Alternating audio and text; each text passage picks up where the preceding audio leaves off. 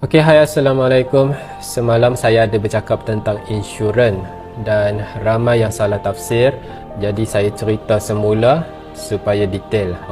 Jadi dengar betul-betul. Pertama sekali, saya keluarkan idea untuk kita wujudkan Community Emergency Funds. Apa benda ni? Jadi semalam saya memberi contoh insurans. Insurans dia buat macam mana? Dia membuatkan semua orang melanggan insurans. Jadi kita kena bayar setiap bulan dan duit ni terkumpul di dalam dia punya tabung. Funding. So dia orang ada funding yang besar, sebab tu dia orang boleh support mana-mana kes yang berlaku lah. Itu adalah konsep yang ada dekat insurans. Tapi saya tidak kata jangan ambil insurans. Ambil, siapa yang mampu ambil. Itu benda yang masing-masing boleh buat. Jadi sekarang ni apa yang saya nak cakap adalah tentang emergency funds. Sebab emergency fund ni adalah untuk kita fokus bantu mereka yang betul-betul tak mampu, bukan untuk kita melanggan dan kita boleh claim macam mana insurans nanti. Tak, ini adalah community emergency fund yang terdiri daripada kita semua yang mana berjiwa pemurah. Hampa semua selama ni bila saya open je apa-apa kutipan untuk mana-mana bantuan, sekejap je semua orang menyumbang. Sekejap je 50,000 orang, 100,000 orang menyumbang, tiba-tiba serentak berlumba-lumba menyumbang. Ini membuktikan kita semua ni ramai. Kita semua ni ramai yang pemurah. Bayangkan, yang boleh mengubah nasib rakyat hari ni adalah rakyat tu sendiri. Tapi disebabkan kita ni berpecah-pecah, bersendirian, so that's why lah apabila berlakunya masalah, semua masalah ni nampak macam banyak, tetapi masalah ni sebenarnya satu sahaja.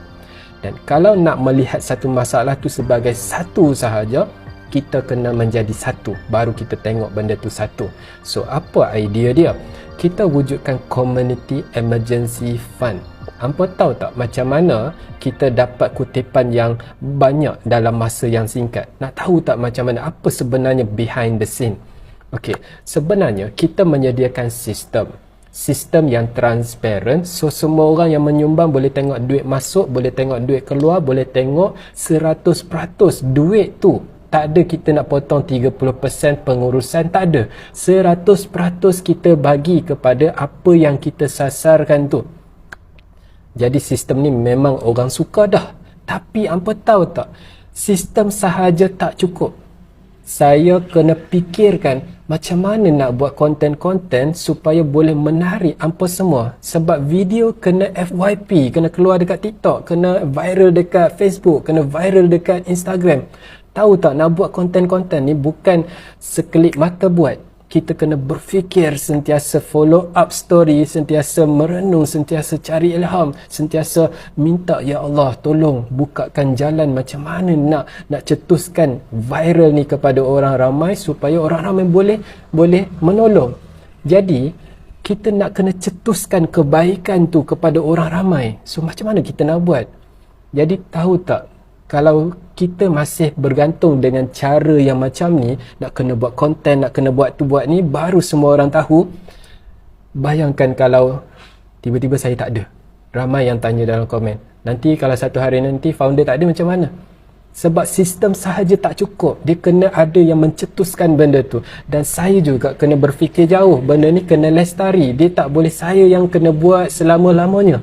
Kena ada satu ekosistem yang boleh buatkan benda ni terus berjalan. So sebab tu saya mencadangkan untuk kita semua ada Community Emergency Fund.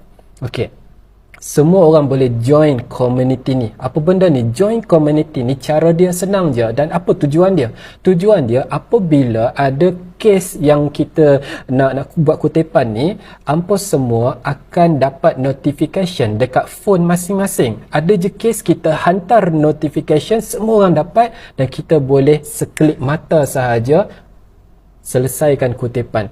Nak 100,000, kita pula ada 100,000 orang, bagi seorang RM1, settle masalah. Jadi bayangkan, Apa sahaja kes yang timbul, sekejap je kita settle. Dulu kita, sekarang ni kita semua bila kita buka je tabung, masing-masing sumbang RM10, RM50, RM100, RM500, RM1000, RM2000.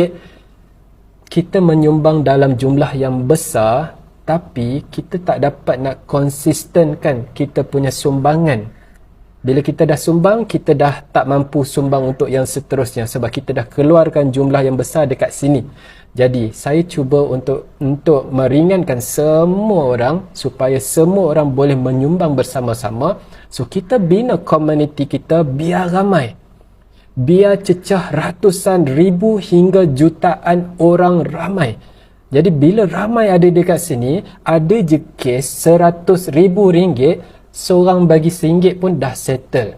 Okey, perlukan RM1 juta, seorang bagi RM5 pun dah settle. Jadi nampak tak, kita bina satu kekuatan dana rakyat. Jadi dengan cara bina komuniti.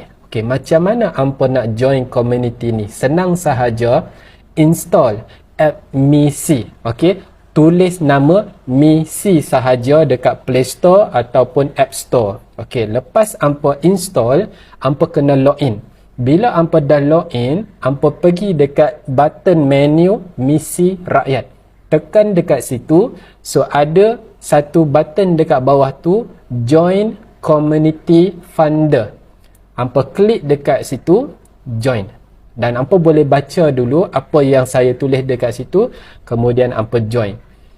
Bila hampa dah join, tolong bagi tahu kawan-kawan kita, keluarga kita, semua orang yang lain supaya join sama-sama. Supaya bila ada je tabung yang kita buka nanti, kita boleh bantu sama-sama. Bayangkan, bila kita dah mula ada komuniti, kita bukan setakat boleh bantu orang yang memerlukan dana rawatan operation ni, kita juga boleh hapuskan kemiskinan beramai-ramai. Kita boleh membentuk satu ekonomi baru. Kita boleh selesaikan banyak benda sebab kita dah mula ada kekuatan dana rakyat.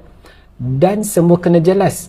Misi tak pegang apa-apa duit pun dekat sini. Bukan apa kena bagi tiap-tiap bulan, bukan apa kena bayar apa-apa. Tak. Kita cuma ada kekuatan community. Anytime je kita perlukan apa-apa, semua orang menyumbang. Settle masalah. Sebab tu, silaturahim antara kita sangat-sangat penting dan kita kena bina benda ni bersama-sama. Sekiranya walaupun saya dah tak ada satu hari nanti, kita semua boleh jalan sendiri. Hampa boleh teruskan lestarikan benda ni sampai bila-bila.